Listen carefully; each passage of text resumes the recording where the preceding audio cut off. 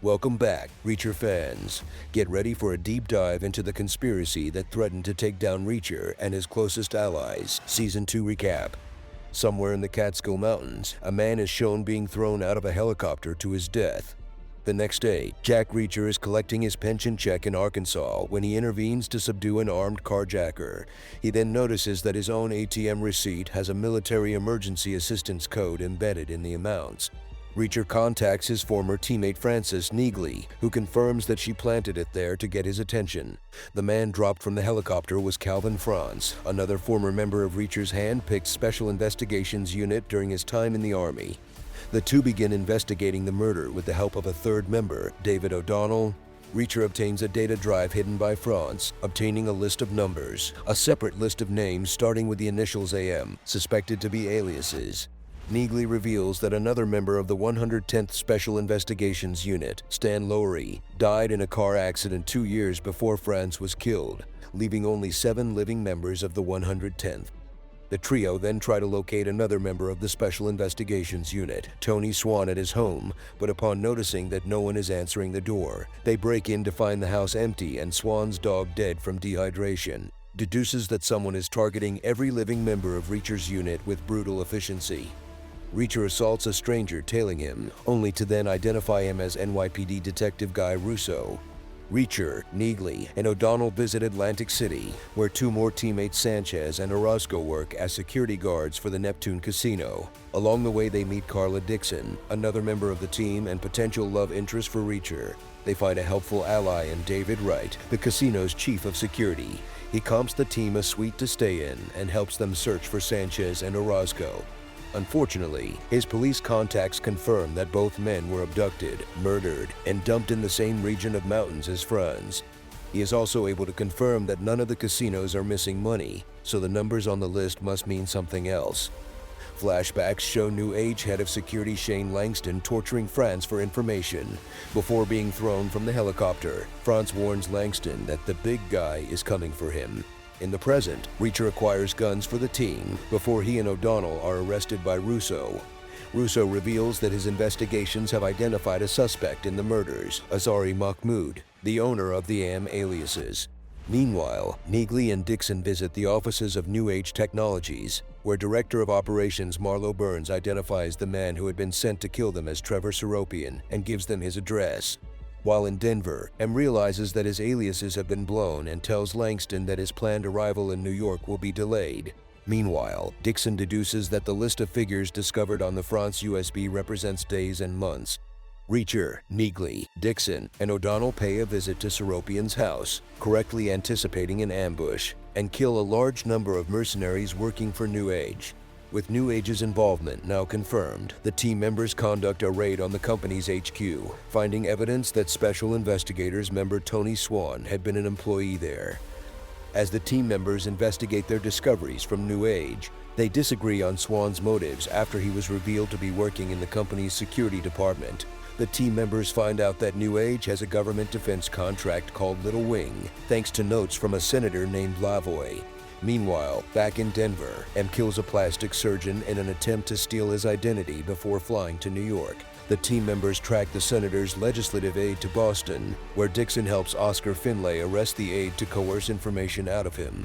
The aide reveals to Reacher and O'Donnell that Little Wing is a missile program conducted in New Age facilities in Denver and New York to create missiles that will always hit their targets. Reacher realizes that people from New Age are planning to sell 650 missiles to him to enable terrorist attacks. Later that night, the team members are ambushed by a biker gang, but manage to subdue them. Reacher then phones Langston, who attempts to bribe him into going away, but Reacher refuses and proclaims that he wants to throw him out of a helicopter.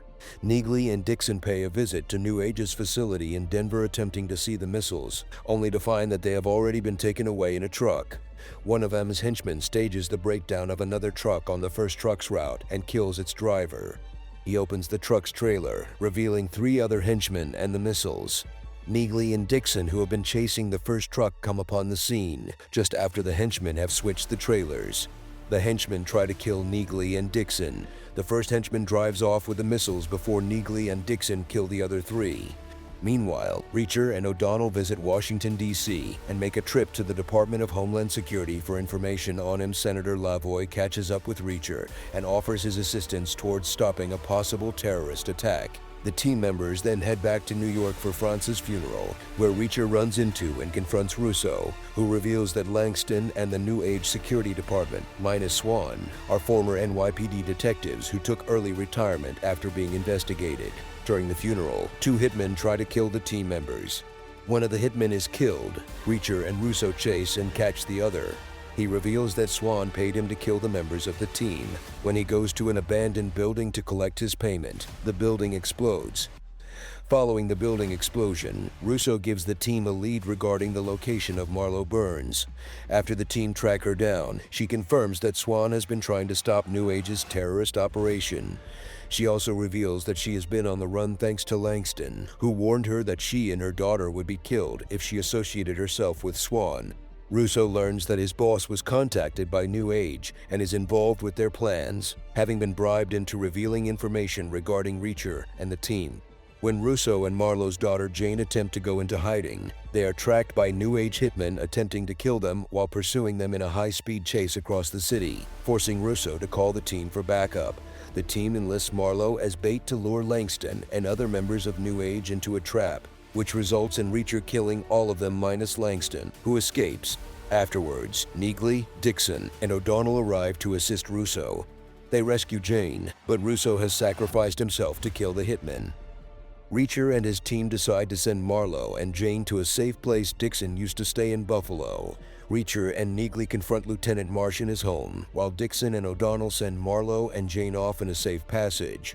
Marsh is killed by Reacher after he reveals that Grant, a hitman hired by Langston to take down Russo, is alive in a hospital. Reacher and Neagley extract information regarding the buy from Grant after Reacher threatens to burst the balloon in Grant's bladder by filling it with air.